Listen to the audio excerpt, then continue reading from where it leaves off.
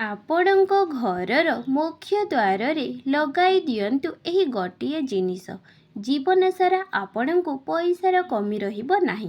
ତେବେ ଆସନ୍ତୁ ଜାଣିବା ଆପଣଙ୍କ ଘରର ମୁଖ୍ୟ ଦ୍ୱାରରେ କ'ଣ ଲଗାଇବେ। ଜାଣିବା ଆଗରୁ ମହାଦେବଙ୍କ ଭକ୍ତଗଣ ଭିଡ଼ିଓଟିକୁ ଗୋଟିଏ ଲାଇକ୍ ସବସ୍କ୍ରାଇବ୍ ନିହାତି କରନ୍ତୁ। ଆପଣ ଦେଖିଥିବେ କି ଆପଣଙ୍କ ଘରେ କ୍ଷତି ପରି କ୍ଷତି ହେବା ଆରମ୍ଭ ହୋଇଯାଇଛି। ଘରେ କଳି ଝଗଡ଼ା ଆରମ୍ଭ ହୋଇଯାଇଛି। ଏମିତି କ'ଣ ପାଇଁ ହେଉଛି?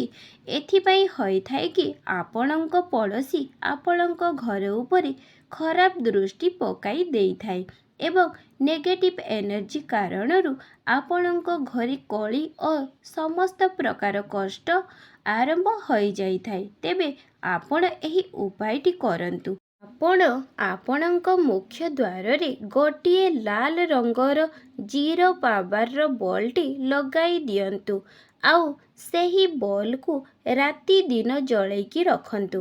ଏହା କରିବା ଦ୍ୱାରା ଆପଣଙ୍କ ଘରେ ନେଗେଟିଭ୍ ଏନର୍ଜି ଊର୍ଜା ଆସିନଥାଏ ଏବଂ ଆପଣଙ୍କ ଘରେ ସମସ୍ତ ପ୍ରକାର ସୁଖ ସମୃଦ୍ଧି ବଢ଼ିଥାଏ।